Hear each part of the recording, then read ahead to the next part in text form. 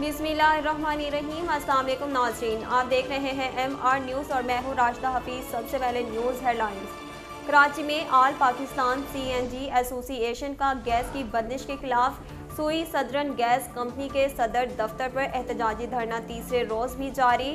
مظاہرین کا کہنا ہے 24 گھنٹے فراہمی کا وعدہ کیا مگر 22 دن سے گیس بند ہے اور سندھ کی سستی گیس سے زبردستی مہنگی RLNG پر منتقل کرایا گیا۔ ذرائع کے مطابق مظاہرین کا کہنا ہے موجودہ صورتحال پر MD SSGC ملنا نہیں چاہتے۔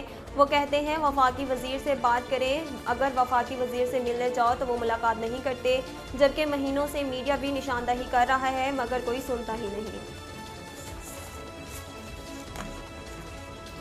پاکستان مسلم لیگ نون کے صدر شہباز شریف نے کہا پاکستان کی سلامتی کے لیے جانوں کا نذرانہ دینے والوں کو سلام پیش کرتے ہیں۔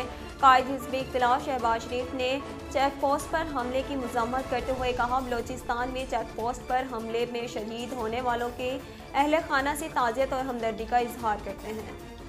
ایشیائی ترقیاتی بینک سے اسٹیٹ بینک کو $30 کروڑ رقم موصول ہوئی ہے۔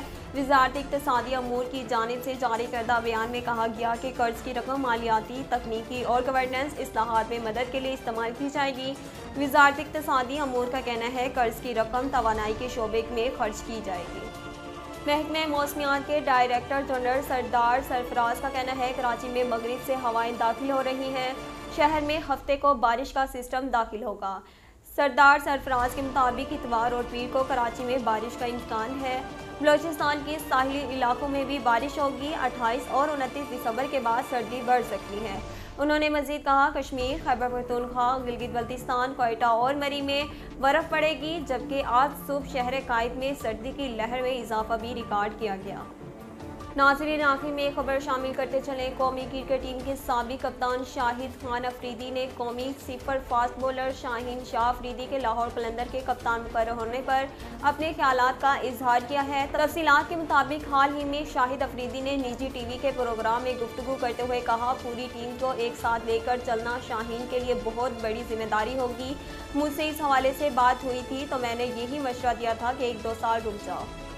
سابق کپتان نے کہا میں نے شاہین سے کہا تھا کہ فی الحال اپنی تمام تر توجہ بولنگ پر رکھو اور تھوڑا سا اور کھیلو۔ ناظرین اب تک کے لیے اتنا ہی، مزید خبروں اور تفصیلات کے لیے دیکھتے رہیے MR نیوز۔